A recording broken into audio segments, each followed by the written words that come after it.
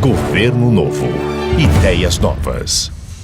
Hoje, Dia do Professor, eu quero dizer aos queridos educadores do Brasil que a educação é e será cada vez mais nossa grande prioridade.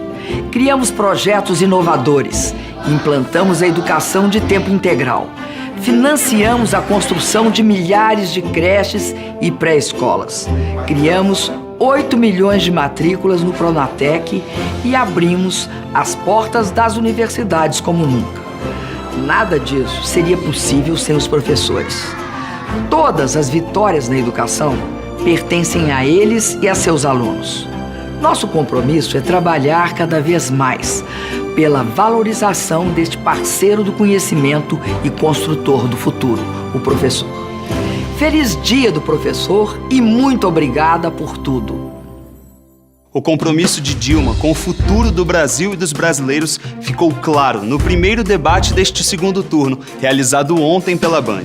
Já Aécio mostrou um lado desconhecido. Irritado com alguns questionamentos, ele chegou a ofender Dilma e deixou de responder várias perguntas. Já Dilma não perdeu a compostura e não fugiu de nenhum tema. Veja. Combate à corrupção.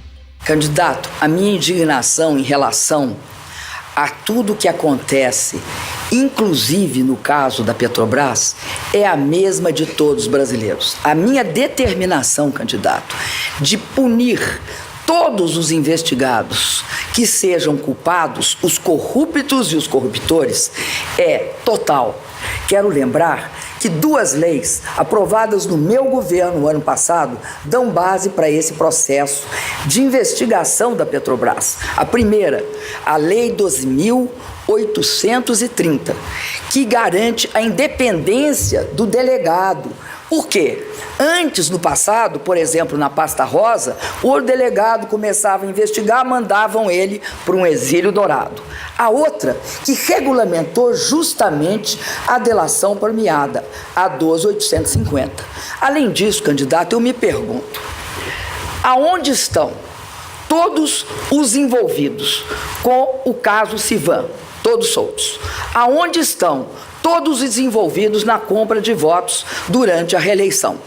Todos soltos. Onde estão os envolvidos na pasta rosa? Todos soltos. Aonde estão aqueles envolvidos no mensalão Tucano Mineiro? Todos soltos. Aonde estão os envolvidos nos metrôs e na compra de trens de São Paulo? Todos soltos. O que eu não quero é isso, candidato. Eu quero todos aqueles culpados presos, candidato. É essa a minha indignação que o senhor não enxerga. Transparência. Eu gostaria de saber, candidato, como é que o senhor explica ter construído um aeroporto que na época custava 13,9 milhões e que agora custa 18 milhões a preços de hoje.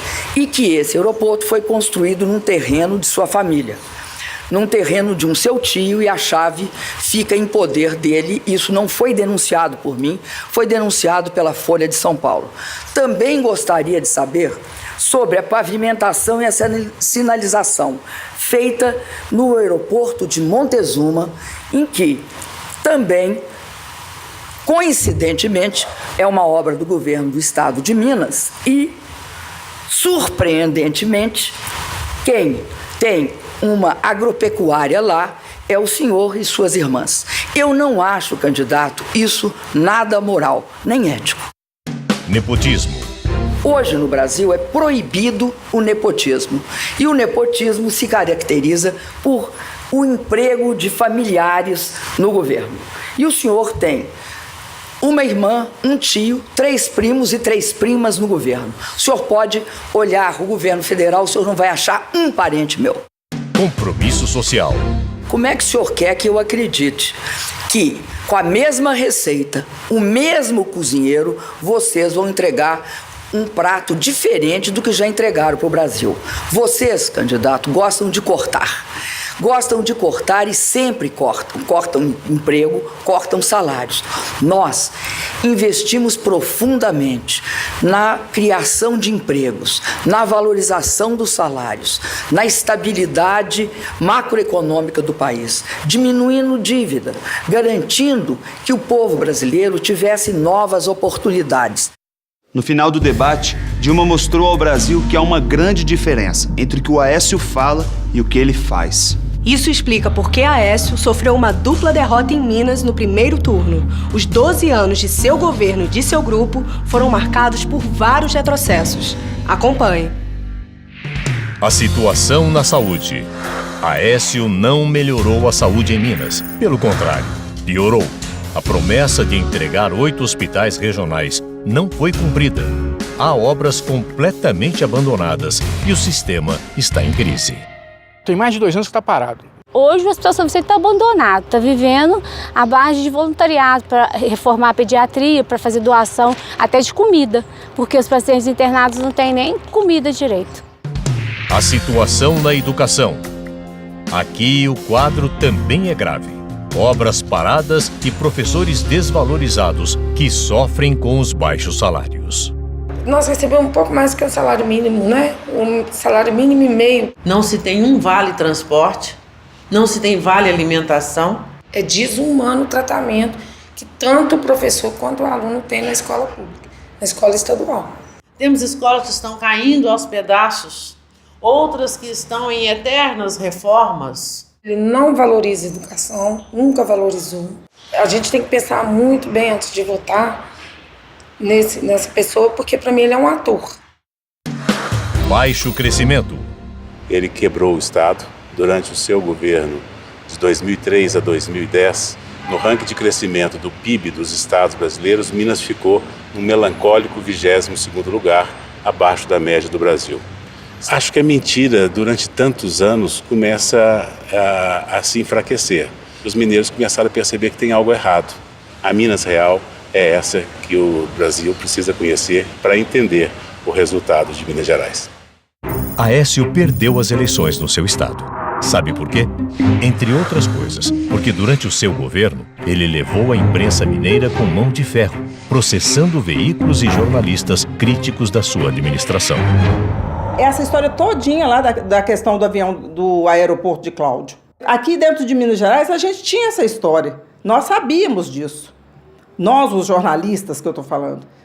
A gente nunca pôde publicar. Simplesmente castraram a liberdade de imprensa, fazendo com que Minas, durante 12 anos, tivesse todos os atos negativos escondidos. Matérias, por exemplo, que denunciavam a falta de assistência, né, para crianças e adolescentes de Minas Gerais, que mostrava a situação precária de equipamentos públicos, né, a falta de escola infantil, por exemplo, né, isso tudo foi vetado. Na medida que os mineiros tiveram conhecimento de todos estes absurdos, os mineiros deram o seu recado na urna. Agora eu acho que é o momento da sociedade brasileira saber disso e evitar que esse mal maior aconteça.